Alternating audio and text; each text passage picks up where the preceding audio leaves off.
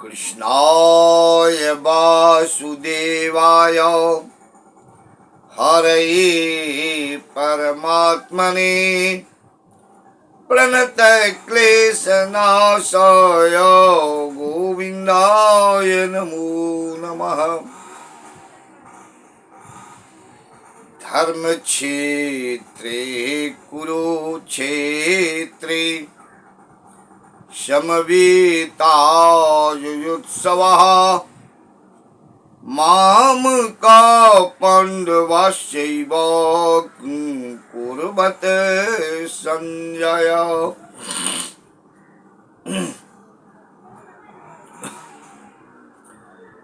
हमारे कई धार्मिक ग्रंथ हैं जो व्यास जी द्वारा रचित हैं। जितने पुराण वेद धार्मिक ग्रंथ सब व्यास जी द्वारा रचित हैं, जिसमें विश्व का सबसे बड़ा महाकाव्य जिसे कहा जाता है महाभारत, महाभारत ग्रंथ है जिसमें 1,00,000 श्लोक है। वो महाभारत भी व्यास जी द्वारा रचित है और महाभारत का युद्ध भी हुआ। महाभारत में 18 पर्व हैं। आदि पर्व से लेकर स्वर्गारोहण तक 18 पर्व हैं।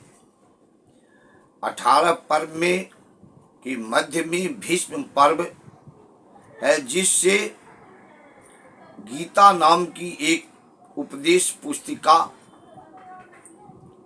ली गई।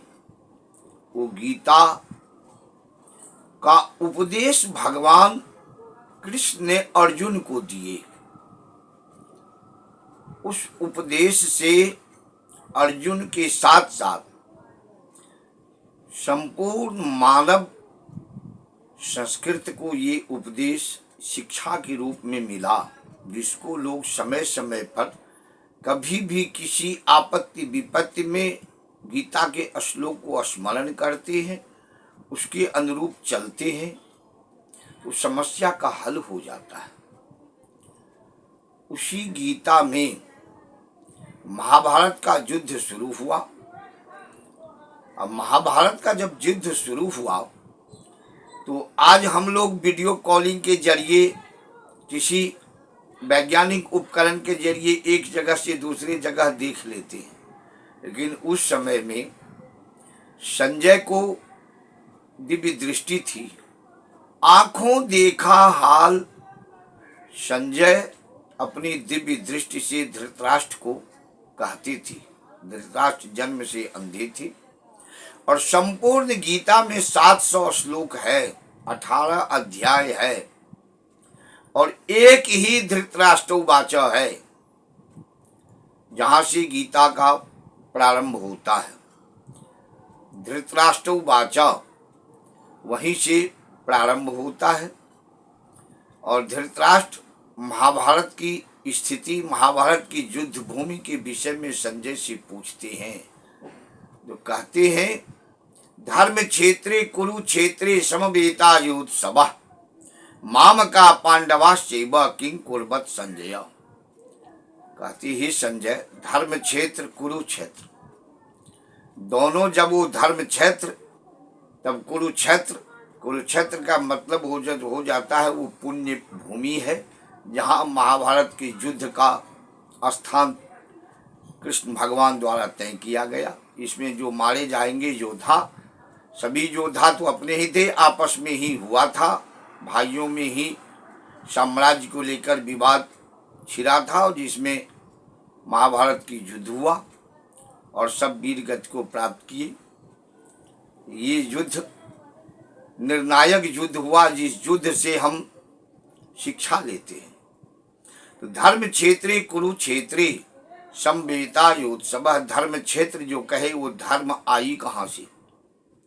गीता के प्रथम अध्याय के पहले श्लोक का अक्षर धर्म क्षेत्री से धौ आता है और 18वें अध्याय के अंतिम श्लोक है यत्र योगेश्वरो कृष्ण यत्र पार्थो धनुर्धरः तत्र श्री विजयी भूतिर्धर्वा नीतिर्मतिर्ममौ। मौ आता है।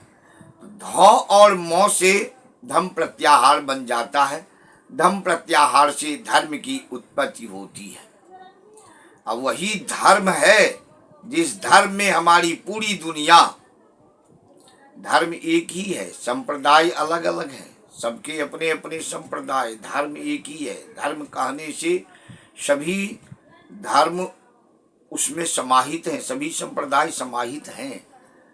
तो वही धर्म की उत्पत्ति होती है और जिसको कहा जाता है धर्मो रक्षति रक्षिता। अगर आप धर्म की रक्षा करते हैं तो धर्म आपकी रक्षा करती है। धर्मो धारयति धार्मिका। उस धर्म को अगर आप धारण करते हैं तो आप धार्मिक हैं। धर्मो पतति पातका।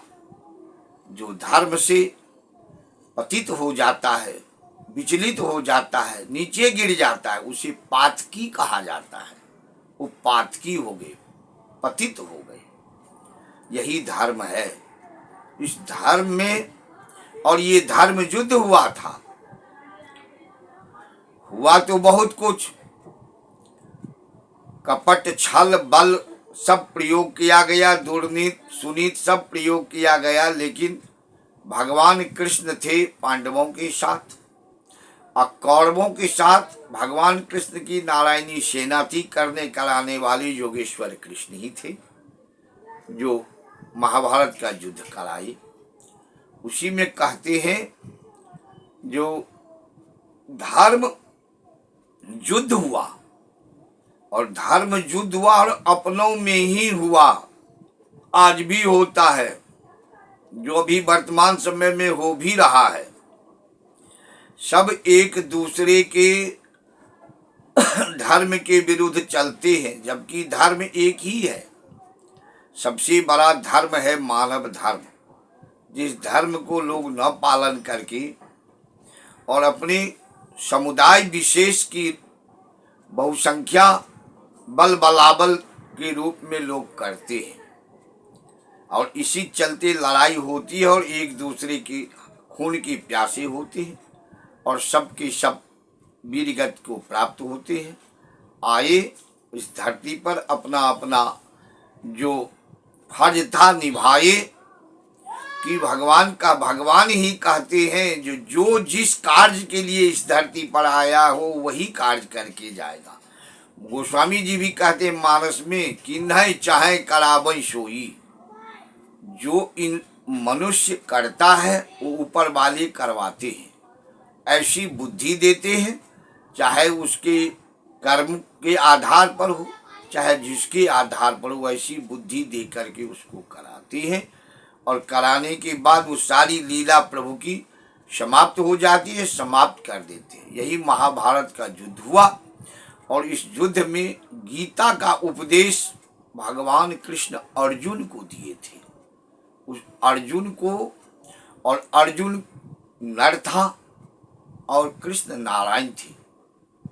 ये दोनों जब सतयुग में तपस्या कर रहे थे तो तपस्या के दौरान ही इंद्र के द्वारा भेजे गए अप्सराओं से के द्वारा विचलित करने के लिए तो उन्होंने, भगवान नारायण ने उन सबको वचन दिया था। उस वचन के तहत जो गोपियां हैं वही गोपियां सब हैं। तो भगवान कृष्ण हुए नारायण और नर हुए अर्जुन। दोनों में कोई किसी के अब अलग नहीं है किसी से, दोनों एक ही है। अर्जुन शस्त्रधारी थे, पार्थ थे, तो नारायण सारथी थे। तो गीता के अंतिम श्लोक में जो कहते हैं जत्र योगेश्वरो कृष्ण जत्र पार्थो धनुर्धरा, जहाँ योगेश्वर कृष्ण हो और जहाँ शस्त्रधारी अर्जुन हो, तत् श्री विजयी भूतिर ध्रुवा नीतिर मतिर मम। अंतिम में कहते वहाँ विजय निश्चित ही है। यही विजय है और इसी में लोग अपना विजय समझते हैं।